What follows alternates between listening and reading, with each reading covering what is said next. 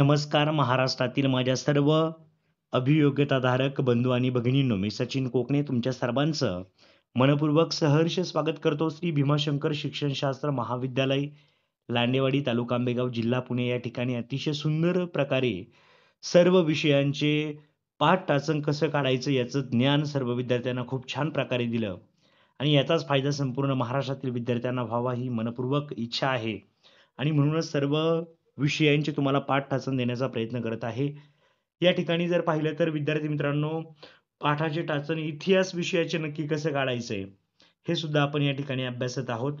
या ठिकाणी नेहमी लक्षात ठेवा की अध्यापन पद्धती ही स्पष्टीकरण आणि तुम्हाला मी हे पण सांगितलं आहे की नक्की आपल्याला कोणकोणते मुद्दे जे आहेत ते तुम्ही व्यवस्थितपणे त्या लेसन नोटमध्ये काढा आणि ते प्रेझेंटेशन अगदी बेस्ट देण्याचा तुमचा प्रयत्न करा. जेणेकरून तुम्ही जेवढं स्पष्टीकरण व्यवस्थित देणार, तुमचं प्रेझेंटेशन कसं आहे यावरती तुमची निवड, तुमचे गुण महत्त्वाचे असतात. त्यानंतर महत्त्वाचा मुद्दा म्हणजे लेसन नोटमध्ये पूर्वज्ञान, प्रिव्हियस नॉलेज म्हणजे विद्यार्थ्यांना याच्या आधी काय माहिती आहे? तर विद्यार्थ्यांना पंजाब राज्याविषयी माहिती आहे. म्हणजे आता ही लेसन नोट तुम्ही अगदी परिसर अभ्यास जो आहे, अगदी 1ली पासून तर अगदी 12वी पर्यंतचे जे आपले अभियोग्यताधारक आहेत, त्यांनी या लेसन नोटचा वापर केला तरी त्यांच्यासाठी बेस्ट ठरणार आहे. कारण की लक्षात ठेवा की पूर्वज्ञान, पूर्वज्ञान म्हणजे काय? की तुम्ही जो लेसन शिकवत आहात, त्या लेसनचा जो वापर आहे, तरी माहितीच्या आधारे असणार आहे. तर ते तुम्हाला इथे मेन्शन करायचं असतं बघा. आता पुढचा मुद्दा आहे गाभाभूत घटक, कोर एलिमेंट असं आपण त्याला म्हणतो. तर भारताचा सामायिक सांस्कृतिक वारसा हा आपण त्याच्यामध्ये गाभाभूत घटक घेत असतो. मूल्य जर पाहिली तर मूल्य अनेक वेगवेगळी आहेत. त्याच्यामध्ये राष्ट्रीय एकात्मता असं म्हणतो पहा. इतिहास भूगोलला जास्तीत जास्त राष्ट्रीय एकात्मता किंवा त्या ठिकाणी नीटनेटकेपणा यासारखी मूल्य वापरणे गरजेचं असतं. अध्यापनाची सूत्र जर पहा टीचिंग मॅक्झिम्स असं म्हणतो आपण. तर सोप्याकडून कठीणाकडे लक्षात ठेवा, नेहमी सोप्याकडून आपण कठीणाकडे जात असतो. म्हणजे ज्या गोष्टी ऑलरेडी आपल्याला माहिती आहेत. थोडक्यात सांगायचं म्हटलं तर आपण पहिलाच मुद्दा पूर्वज्ञान सांगितलं. तर त्या गोष्टी आपल्याला ऑलरेडी माहिती आहे. त्याचा वापर करून आपण सोप्या गोष्टींकडून अवघड गोष्टींकडे जाणार आहोत पहा. नेहमी लक्षात ठेवा की प्रस्तावना, आता तुम्ही ज्या वेळेसला वर्गामध्ये जाणार आहात सगळ्यात महत्त्वाचा मुद्दा तुम्हाला प्रस्तावना करायची, इंट्रोडक्शन द्यायची असते.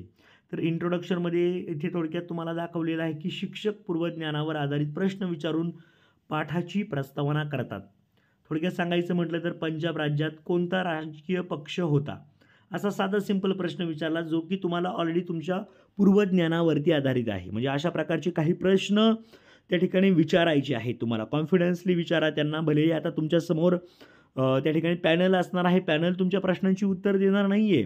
पण तुम्हाला कमीत कमी तुम्हाला विचारण्याची कृती त्या ठिकाणी करायची आहे की नक्की या प्रश्नाचं उत्तर काय आहे. तर आपण आता पुढे त्याच्या पुढे पहा. मग आपण हे सगळे प्रश्न विचारून झाले की हेतुकथनकडे यायचं. जिथं तुमच्या लेसनला तुमचा जो मेन पॉईंट, तुम्ही जी लेसन नोट तयार केलेली आहे, तुम्हाला जे शिकवायचं आहे ते हेतुकथनपासून सुरू होतं पहा. आज आपण ईशान्य भारत समस्या या उपघटकाविषयी माहिती पाहणार आहोत. असं व्यवस्थित स्पष्ट बोलायचं, अडखळत न बोलता सुंदरपणे प्रेझेंटेशन ठेवायचं आहे. स्टेटमेंट ऑफ एम मध्ये, हेतुकथनमध्ये. आता मेन जो पार्ट असतो तो म्हणजेच तुम्हाला विद्यार्थी मित्रांनो 4 स्टेपमध्ये लिहायचा असतो तुमच्या समोर. आता याचे मी जरा करताना PDF ची फॉर्मॅट हे आडव्या पद्धतीने आहे, त्यामुळं तुम्हाला तशाच पद्धतीने देतो पहा. म्हणजे इथे 4 महत्त्वाच्या गोष्टी असतात. एक म्हणजेच पाठाच्या पायऱ्या घ्यायच्या असतात, त्यानंतर पाठ्यमुद्दे, त्यानंतर तिसरा मुद्दा असतो तो म्हणजेच जर पाहिलं आपण तर विशिष्ट उद्दिष्टे व विशेषीकरण स्पष्टीकरण म्हणतो. त्यानंतर शैक्षणिक साहित्य आहे, त्यानंतर शिक्षक कृती आहे, शिक्षक कृतीनंतर विद्यार्थी कृती. या असे 4 कॉलम करा. 2 फुलस्केपच्या 2 पानांवरती 4 कॉलम करा. पहिलं दिलंय बघा तुम्हाला सगळ्यात पहिला मुद्दा पाठाच्या पायऱ्यांमध्ये तुम्हाला विषय विवेचन लिहायचं असतं. विषय विवेचन आणि पाठ्यमुद्द्यांमध्ये तुम्हाला जे मगाशीच मी सांगितलं की जे तुम्ही शिकवणार आहात ना, जे शिकवणारे जे महत्त्वाचे तुमचे मुद्दे आहेत ते पाठ्य मुद्द्यांमध्ये तुम्हाला सगळे व्यवस्थितपणे काढायचे. त्याच्यानंतर त्याच्या बेसवरतीच तुम्हाला शिकवता येणार आहे. त्यानंतर पुढचा जो भाग असणार आहे तो म्हणजेच तुमच्या विशिष्ट उद्दिष्ट व विशेषीकरण स्पष्टीकरण. त्याच्यामध्ये ज्ञान, आकलन, उपयोजन आणि कौशल्य. ज्ञान म्हणजे त्या विद्यार्थ्याला काय माहिती आहे. आकलन पहा विद्यार्थी ईशान्य भारतातील समस्या स्पष्ट करतो, म्हणजे समस्या कोणत्या कोणत्या आहेत त्याच्यामध्ये तो आकलनाचा भाग आला. त्यानंतर उपयोजन म्हणजे त्याचा वापर कुठे कुठे करणार आहे तो पहा. तर उपयोजनात्मक विद्यार्थी ईशान्य भारतातील राज्य भारताच्या नकाशात दाखवतो, म्हणजे त्याचा वापर करतो उपयोजनामध्ये. आणि स्किल म्हणजे हे सगळं करत असताना तो कोणत्या प्रकारची कौशल्य वापरतोय त्याला स्किल असं म्हणतो. विद्यार्थी स्वतःचे राज्य नकाशात अचूकपणे दाखवतो. मग अशा पद्धतीने हे लक्षात ठेवा. असंच तुम्हाला प्रत्येक मुद्द्यांचं ज्ञान, आकलन, उपयोजन आणि कौशल्य काढायचे. शैक्षणिक साहित्यामध्ये जर पाहिलं तर भारताचा नकाशा तुम्हाला सोबत जर तुम्ही नकाशा संदर्भात काही जर असेल पहा. सगळ्यात महत्त्वाचं गोष्ट लक्षात ठेवा सोशल सायन्सच्या बंधू भगिनींनो, इतिहास, भूगोल, त्याच पद्धतीने इतर जे तुमचे विषय आहे त्याच्यामध्ये समजा अर्थशास्त्र असेल किंवा नागरिकशास्त्र आहे तर त्याच्यामध्ये महत्त्वाचे चार्ट तुम्ही तयार करा.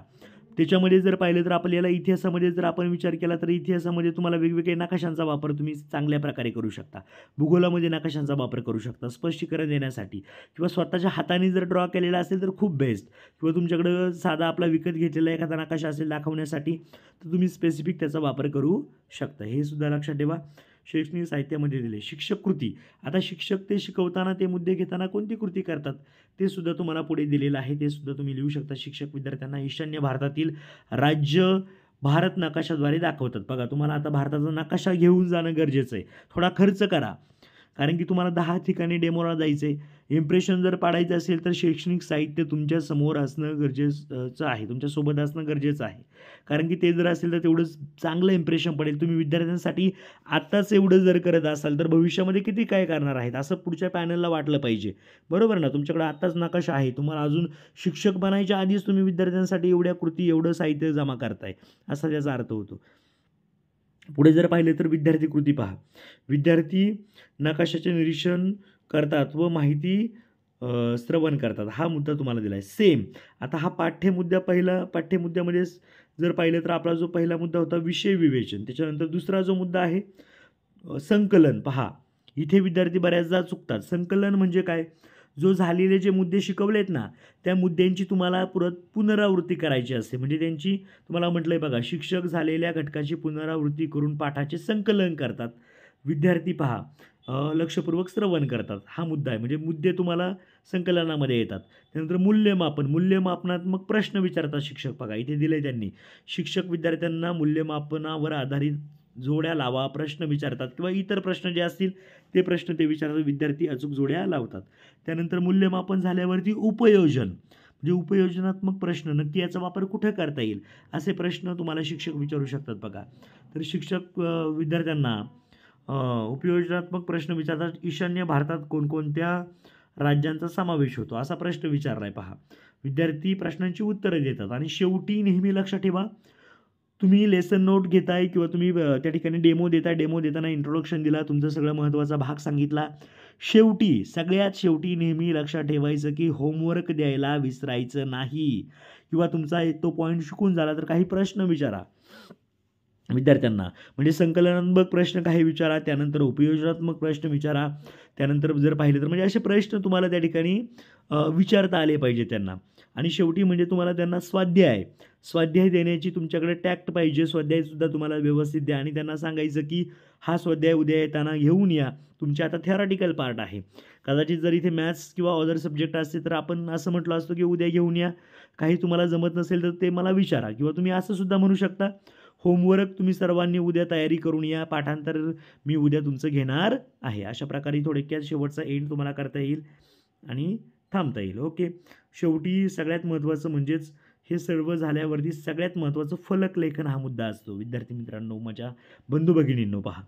तर फलक लेखनामध्ये डाव्या बाजूला नेहमी दिनांक लिहायचा आहे, उजव्या बाजूला नेहमी इयत्ता टाकायची आहे, तुकडी टाकायची आहे. पहा फलक लेखन करताना बरोबर मध्यभागी विषय टाकायचा आहे तुम्हाला.